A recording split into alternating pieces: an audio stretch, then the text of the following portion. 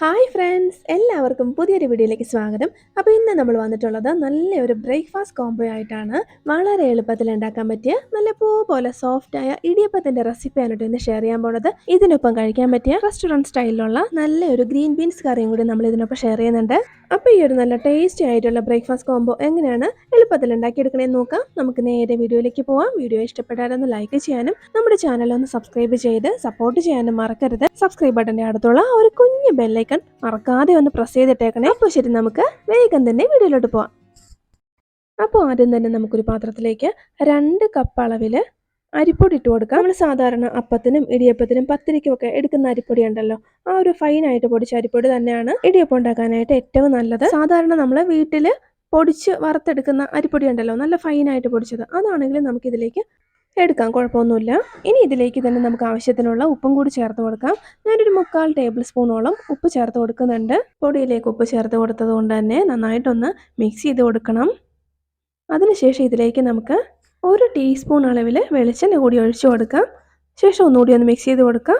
പൊടി നമ്മൾ കുഴച്ച് റെഡിയാക്കി വരുമ്പോൾ ചെറിയൊരു മായം ഉണ്ടാകാൻ വേണ്ടിയിട്ടാണ് വെളിച്ചെണ്ണ ഒഴിച്ചു കൊടുത്തത്. ഇത് മതി. ഇനി നമുക്കിതിലേക്ക് നല്ല തിളച്ച വെള്ളം വേണം ഒഴിച്ചു കൊടുക്കാൻ. അപ്പോൾ അതിനായിട്ട് ഞാൻ കുറച്ചധികം വെള്ളം നേരത്തെ തന്നെ തിളപ്പിക്കാനായിട്ട് വെച്ചിട്ടുണ്ട്. ഇതുപോലെ നന്നായിട്ടൊന്ന് വെട്ടി തിളച്ച് കഴിയുമ്പോൾ ഇതിൽ നിന്ന് വേണം നമ്മൾ വെള്ളം പൊടിയിലേക്ക് ഒഴിച്ചു കൊടുത്ത് വാട്ടി കുഴച്ചെടുക്കാൻ. അപ്പോൾ വെള്ളം കുറച്ച് കുറച്ചായിട്ട് നമുക്കിതുപോലെ ഒന്ന് ഒഴിച്ചു കൊടുക്കാം. ആദ്യം ഒരു കപ്പ് ഒഴിച്ചു കൊടുക്കാം. എന്നിട്ട് നന്നായിട്ടൊന്ന് തവി വെച്ചിട്ട് ഒന്ന് ഇളക്കി കൊടുക്കാം. ഇനി കുറച്ചുകൂടി വെള്ളം ഇതുപോലെ ഒന്ന് ഒഴിച്ചു കൊടുക്കാം. നല്ല ചൂടിൽ തന്നെ വേണം വെള്ളം ഒഴിച്ചു കൊടുക്കാൻ. വെള്ളം ഒഴിക്കുമ്പോഴേക്കും പൊടി ചെറുതായിട്ടൊന്ന് കുക്കായി കിട്ടണം. എന്നാലേ നമ്മുടെ ഇടിയപ്പം വെന്ത് വരുമ്പോൾ നല്ല സോഫ്റ്റായിട്ട് വരുള്ളൂ. അതുപോലെ തന്നെ നമുക്ക് പെട്ടെന്ന് ഇടിയപ്പം പിഴിഞ്ഞെടുക്കാനും പറ്റുള്ളൂ. അപ്പോൾ എന്തോരം വെള്ളമാണ് ഞാൻ ഒഴിച്ചു കൊടുത്തതെന്ന് അവസാനം പറയാം കേട്ടോ. ഒരല്പം കൂടി ഞാൻ ഒഴിച്ചു കൊടുക്കുവാണ്. അപ്പോൾ ഇതുപോലെ നമ്മൾ നല്ല ചൂടുവെള്ളം ഒഴിച്ചു കൊടുത്താൽ ഇങ്ങനെ ഒന്ന് ഇളക്കിയ ശേഷം ഒരു 2 മിനിറ്റ് ഒന്ന് വെക്കുക. പൊടി ഒന്ന് ആറിക്കഴിയുമ്പോൾ വേണം നമ്മൾ കൈവച്ച് നന്നായിട്ടൊന്ന് കുഴച്ചെടുത്ത് വെക്കാൻ. ഇപ്പോൾ ആവശ്യത്തിന് വെള്ളമൊഴിച്ച് ഈ ഒരു പരുവത്തിൽ നമ്മൾ നനച്ചെടുത്തിട്ടുണ്ട്. അപ്പോൾ ഇതിലേക്ക് ഞാൻ ടോട്ടൽ ഒരു 3.25 കപ്പ് വെള്ളം ഒഴിച്ചിട്ടുണ്ട്. അപ്പോൾ വെള്ളത്തിൻ്റെ അളവ് നമ്മൾ ഇതുപോലെ കുഴച്ചെടുക്കുമ്പോഴേക്കും അങ്ങോട്ടും ഇങ്ങോട്ടൊക്കെ വ്യത്യാസം വരും. അപ്പോൾ അത് ഓരോരുത്തരുടെയും കയ്യിലെ അരിപ്പൊടിയുടെ ബ്രാൻഡ് അതുപോലെയുള്ള കാര്യങ്ങളെ ആശ്രയിച്ചിരിക്കും.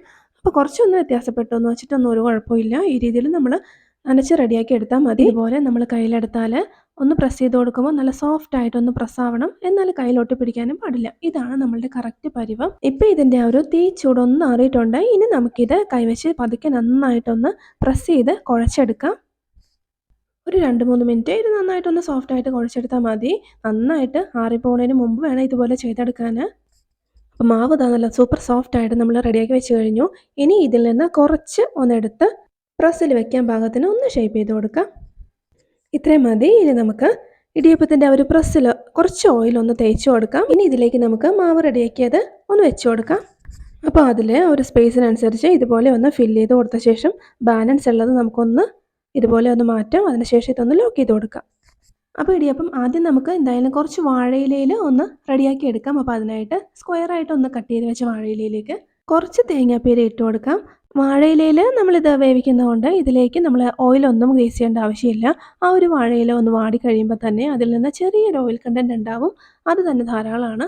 അപ്പോൾ ഇതുപോലെ അതാ ചെറിയ ഹോൾസുള്ള ഇടിയപ്പത്തിൻ്റെ ആ ഒരു പ്രസ് വെച്ചിട്ട് നമ്മൾ ഇടിയപ്പം റെഡിയാക്കി എടുക്കുവാണെങ്കിൽ കൂടുതൽ നല്ല സോഫ്റ്റും നല്ല നൂലായിട്ടുള്ള അപ്പം നമുക്ക് റെഡിയാക്കി എടുക്കാനായിട്ട് പറ്റും. അപ്പോൾ ഇതുപോലെ അങ്ങ് പ്രസ് ചെയ്ത് കൊടുത്തൊന്ന് ചുറ്റിച്ച് കൊടുക്കാം. ഒത്തിരി തിക്കായിട്ട് നമ്മൾ ഉണ്ടാക്കണ്ട.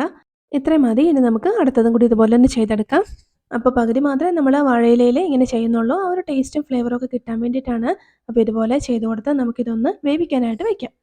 അപ്പോൾ ഇഡലി പാത്രം നന്നായിട്ട് വെള്ളം വെച്ച് തിളച്ച് കഴിയുമ്പോൾ ഇതിലേക്ക് നമുക്ക് വെച്ച് കൊടുക്കാം.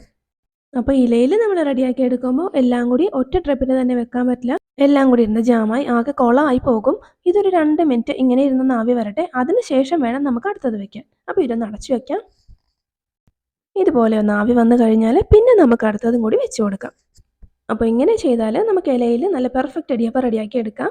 അപ്പോൾ ഇതൊരു 5-6 മിനിറ്റ് ഇരുന്ന് നന്നായിട്ടൊന്ന് വേവട്ടെ. അപ്പോഴേക്കും നമുക്ക് ബാക്കിയുള്ളത് റെഡിയാക്കി എടുക്കാം. അപ്പോൾ തട്ടിൽ നമ്മൾ റെഡിയാക്കി എടുക്കുമ്പോൾ ഇതേപോലെ കുറച്ച് വെളിച്ചെണ്ണ ഇതുപോലെ ഒന്ന് ഗ്രീസ് ചെയ്ത് കൊടുക്കണം. ഇനി ഇതിലേക്ക് നമുക്ക് തേങ്ങ ഇട്ട് കൊടുക്കാം.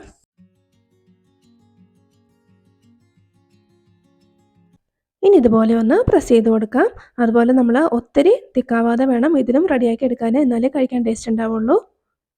അപ്പോൾ ഇതുപോലെ കംപ്ലീറ്റ് നമുക്കൊന്ന് ചെയ്തെടുക്കാം.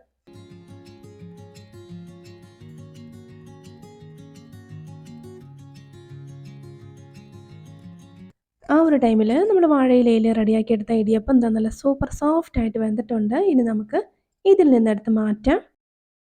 ശേഷം നമ്മൾ തട്ടിൽ റെഡിയാക്കി വെച്ചതങ്ങ് വെച്ച് കൊടുക്കാം.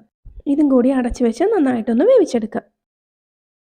അപ്പോൾ 4-5 മിനിറ്റ് കൊണ്ട് തന്നെ അത് നന്നായിട്ട് വെന്ത് കിട്ടിയിട്ടുണ്ട്. ഇനി നമുക്കിത് മാറ്റി വയ്ക്കാം.